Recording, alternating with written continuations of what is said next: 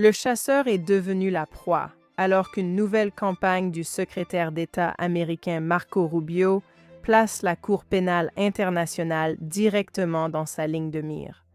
Aujourd'hui, nous discutons de sa promesse de, je cite, « démanteler la CPI brique par brique si nécessaire », ainsi que de l'idée centrale qui doit être abordée pendant qu'il le fait. Je suis Ilana Mizel-Diamant et voici Droit fondamental. Le coup de massue est tombé immédiatement, avec le département d'État lançant une vaste campagne. Cela comprendra des interdictions de voyager, des révocations de visas, des sanctions élargies contre la Cour et les groupes qui alimentent les dossiers de la CPI. Des appels diplomatiques de Rubio lui-même et des autres hauts responsables du département d'État exhortent les nations alliées à se retirer complètement du statut de Rome, et un avertissement direct indiquant que tout pays continuant de compter sur le parapluie sécuritaire des États-Unis, tout en refusant de rejeter l'autorité de la Cour, doit s'attendre à une surveillance accrue. La campagne fait suite à des mesures antérieures prises depuis 2025, sanctionnant 11 personnes, y compris celles impliquées dans les mandats d'arrêt visant Yoav Gallant et le premier ministre Netanyahou. Cela inclut des personnalités comme la procureure en chef de la CPI, plusieurs juges et la rapporteuse spéciale de l'ONU. Maintenant, pour celles et ceux qui suivent les difficultés d'Israël devant la Cour, cela pourrait sembler n'être que Washington venant au secours d'Israël. Mais comme l'a déclaré Rubio, la situation est en réalité bien plus vaste que cela. Avec les rumeurs concernant les violations du droit international par l'administration Trump devant la CPI, les États membres, les intérêts des forces armées américaines, du président américain et, en théorie, de tout haut responsable gouvernemental sont directement impliqués. Marco Rubio a expliqué exactement ce qui est en jeu dans sa propre tribune. Des soldats, des policiers, des agents de la patrouille frontalière et des responsables élus, tous traînés devant des juges venus de n'importe quel pays du monde et déclarés coupables. Selon des lois internationales auxquelles les Américains n'ont pas consenti et qu'ils ne contrôlent pas. Si nous restons inactifs, a-t-il dit, ils seront tous à la merci de juges étrangers. À des milliers de kilomètres d'ici, ils font face au risque constant de poursuites et même d'emprisonnement pour le soi-disant crime de défendre leur propre pays. Maintenant, ce n'est vraiment pas hypothétique. Une enquête de la CPI sur les actions présumées des troupes américaines en Afghanistan est toujours techniquement ouverte, ayant été autorisée pour la première fois en 2020. Et pour ce qui est de l'avenir, après que la marine américaine a frappé un bateau de trafiquants de drogue vénézuélien cette année, une responsable des droits de l'homme a déclaré publiquement que cette frappe constituait le même comportement pour lequel la CPI a déjà inculpé le président philippin Duterte, à savoir tuer des suspects sans procès. Le Venezuela est un État membre de la CPI, ce qui pourrait permettre à la Cour de revendiquer sa compétence sur les actions américaines menées là-bas.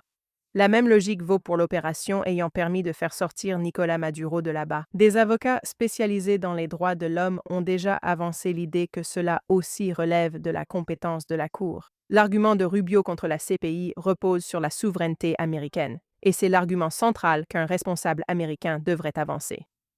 Mais j'aimerais ajouter que ce n'est pas le seul argument et que ça ne devrait probablement pas l'être, car la souveraineté à elle seule ne convaincra pas ceux qui croient déjà que la gouvernance mondiale est une solution aux problèmes du monde.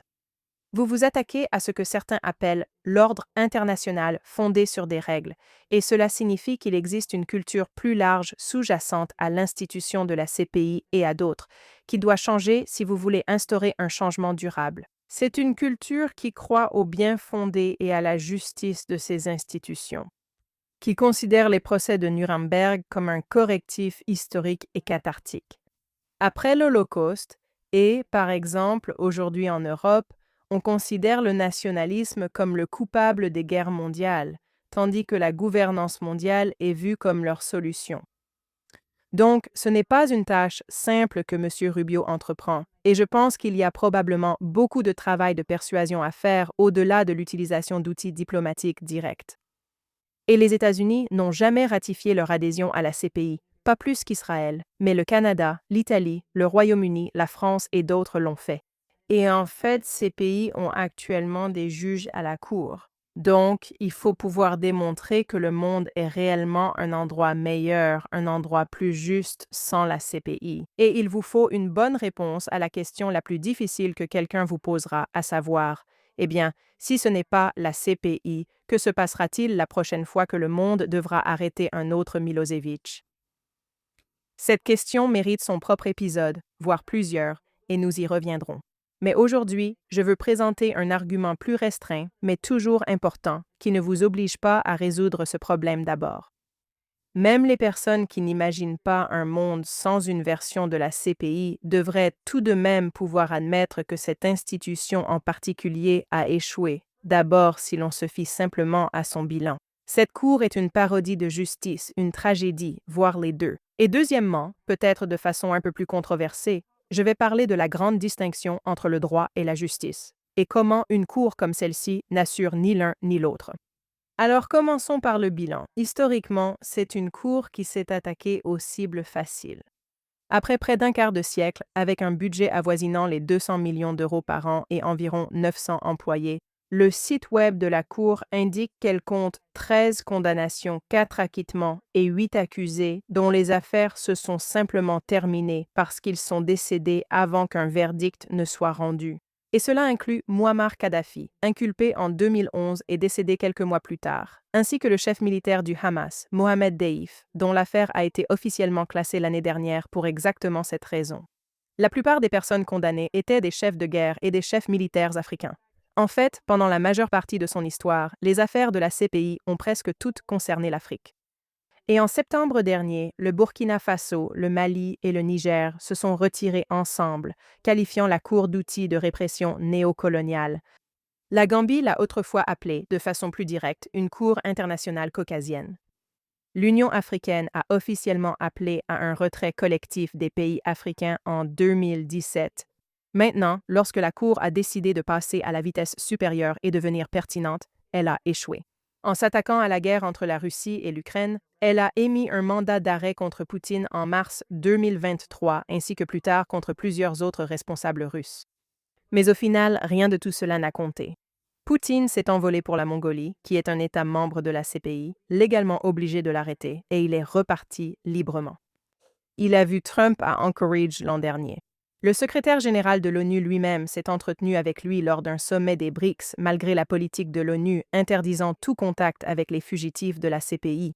Et la Russie, bien sûr, est depuis passée à l'offensive, condamnant par contumace le procureur de la CPI et 8 juges de la CPI pour avoir poursuivi illégalement des citoyens russes, leur infligeant des peines allant jusqu'à 15 ans de prison.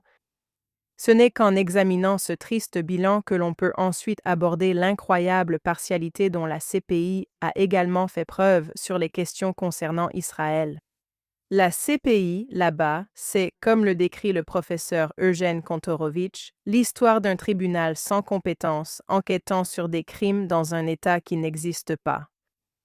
Des crimes qui n'ont jamais eu lieu. Vous devez donc comprendre comment l'affaire contre Israël est arrivée devant la CPI au départ, alors qu'Israël n'est pas un État membre de la CPI et que l'État de Palestine, qui poursuit Israël, n'est en réalité pas un État. À partir de 2009, l'autorité palestinienne a tenté à plusieurs reprises de faire ouvrir une affaire contre Israël par la CPI, et cela a été rejeté parce qu'elle n'a pas, et n'a toujours pas d'ailleurs, de territoire défini et n'est donc pas un État. Mahmoud Abbas a déclaré au New York Times en 2011 dans ses propres mots que l'objectif de l'autorité palestinienne était l'internationalisation du conflit en tant que question juridique. Ce qui signifie qu'il n'était pas vraiment orienté vers la paix et certainement pas en train d'essayer de préserver les droits de l'homme. Alors, qu'est-ce qui a changé entre 2009 et aujourd'hui? Eh bien, en 2012, l'ONU a élevé le statut de la Palestine au rang d'État observateur non membre, malgré l'absence de frontières. Et le conseiller juridique de l'ONU a décidé, dans une note interne, que cela suffisait pour permettre à l'autorité palestinienne ou à l'État de Palestine de ratifier des traités.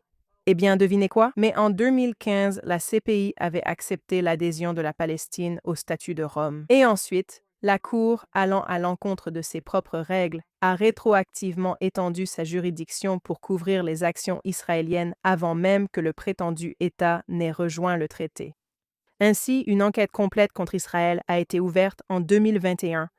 Le résultat, finalement, en novembre 2024, est celui que nous connaissons. Des mandats d'arrêt contre Netanyahou et Gallant, ainsi que des mandats contre les 3 dirigeants du Hamas qui étaient pratiquement morts au moment où quelqu'un a essayé de les leur signifier. Voilà pour l'équité et la transparence du processus. Maintenant, un autre point que le professeur Kontorovitch souligne, aggravant l'accusation de partialité, c'est qu'on peut regarder l'indifférence de la CPI envers l'Iran, qui a tiré plus de 400 missiles sur Israël cette année, touchant presque exclusivement des cibles civiles, y compris dans la zone que la Cour considère comme l'État de Palestine. Selon sa propre théorie, la Cour devrait avoir compétence sur ce crime de guerre. La Cour est aussi restée muette sur les frappes iraniennes et sur le meurtre de marins sur des navires battant pavillon des îles Marshall dans le golfe Persique. Même si elle a passé 7 ans à poursuivre Israël pour un seul bateau battant pavillon des Comores lors du raid de la flottille de Gaza en 2010, voilà pour la CPI et la paix dans le monde. En gros, cette institution est loin d'être un exemple éclatant des valeurs qu'elle prétend représenter dans le monde. Et cela avant même de parler de l'affaire du procureur en chef. Le procureur lui-même, Karim Khan, est maintenant suspendu et risque d'être renvoyé à la suite de ce qui semble avoir été une conduite sexuelle inappropriée avec une subordonnée. Diffusant depuis Jérusalem, je souhaite aussi vous donner un point de vue israélien sur cette affaire. Israël, bien sûr, nourrit une méfiance légitime envers le parti pris de la CPI depuis sa création et entretient une relation compliquée avec les institutions internationales en général. Elles sont considérées comme des forums importants. Mais cette opinion est fortement teintée d'un scepticisme bien mérité envers le parti pris de leur composition. Et l'influence démesurée des ONG radicales anti-occidentales et anti-israéliennes qui génèrent de faux récits idéologiques diabolisant l'État juif. Il n'est donc pas étonnant qu'une enquête Pew de 2025 ait révélé que 8 Israéliens sur 10 ont une opinion défavorable de l'ONU. Carrément. C'est la note la plus négative que Pew ait trouvée parmi les 25 pays sondés, bien en dessous même des États-Unis. Et j'imagine que si l'on faisait un sondage, la CPI obtiendrait un score encore plus bas. Et d'une certaine manière, cela nous ramène vraiment à la question des idées, pour laquelle je veux utiliser Israël comme exemple. D'accord, alors quelles sont certaines des prémices culturelles sous-jacentes à la CPI qui doivent être abordées afin de construire un consensus plus large autour, entre guillemets, du démantèlement de cette institution et de s'assurer qu'elle ne soit tout simplement pas recréée à l'avenir? Ne voulons-nous pas de gouvernance mondiale? Qu'est-ce qui fait qu'une version de cela est acceptable et productive, tandis qu'une autre pose problème? Vous voyez, il y a beaucoup de choses à aborder ici, mais selon moi, il y a une idée fausse centrale au cœur de cette discussion, et c'est la confusion entre le droit et la justice, ce qui est essentiel pour réfléchir à la légitimité de toutes ces institutions. Vous voyez, la justice et le droit ne sont pas et n'ont jamais été la même chose. La justice est un idéal moral, et le droit est conçu comme un outil d'ordre social et comme une expression du consentement des gouvernés. Une loi peut être juste ou injuste, et ses conséquences peuvent être justes ou injustes lorsqu'elles sont appliquées aux individus. L'une des façons dont nous limitons le fossé entre la loi et la justice est de nous concentrer sur le processus, sur la transparence, la prévisibilité et l'application uniforme. La CPI échoue à chacun de ces tests. Et lorsque vous retirez le processus, les règles de compétence, le forum neutre, la transparence, la prévisibilité, il ne reste plus que l'opinion de quelqu'un et le coup de marteau. Maintenant, le sentiment populaire en Israël perçoit ce décalage lorsqu'il s'agit du bilan atroce de l'ONU, de la CIJ, de la CPI. Mais en ce qui concerne la vie intellectuelle israélienne qui reflète de façon beaucoup plus étroite la culture des universités américaines et européennes, il y a en réalité une vision très rigide et formaliste du droit international et des institutions qui sont censées le représenter. J'irai même plus loin en disant que cela vaut aussi bien dans les contextes nationaux qu'internationaux. Le simple fait qu'un juge siégeant rende une ordonnance ou un avis lui confère une légitimité prima facie, encore et encore dans le domaine juridique israélien. Ainsi, le scepticisme envers ces institutions et la manière dont elles représentent réellement les valeurs qu'elles prétendent défendre existe dans le domaine juridique, mais à une échelle bien plus réduite que dans le reste de la société israélienne. Désormais, La Cour suprême israélienne elle-même a passé des décennies à intégrer directement le droit international dans ses décisions nationales concernant l'aide humanitaire à Gaza, les règles d'engagement et la légalité des colonies. Tout en se positionnant comme le dernier défenseur honnête de l'État face au système même dont elle a adopté le vocabulaire. L'intégration du droit international dans le droit israélien semble être en partie due à une réelle compatibilité de vision du monde, en partie à la crainte de répercussions internationales et en partie à l'opportunité de renforcer le pouvoir interne du système judiciaire. Mais il y a aussi cette idée de base erronée, selon laquelle les institutions juridiques auraient le monopole de la compréhension et de l'administration de la justice.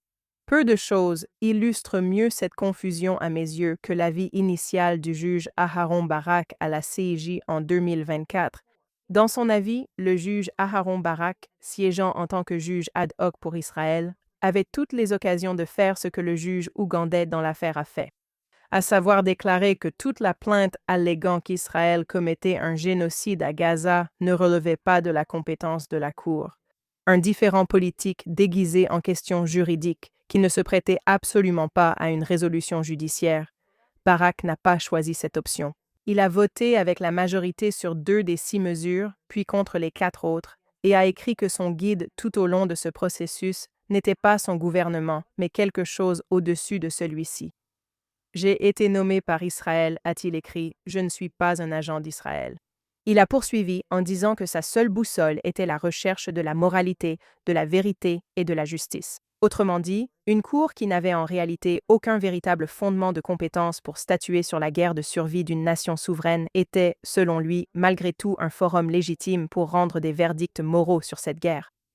Et selon lui, c'est le juge qui est capable de statuer sur ces questions parce que lui seul possède une sensibilité morale unique. Je ne veux pas minimiser la quête fondamentale de justice, ni le désir d'équité, ni le besoin que le bien triomphe du mal.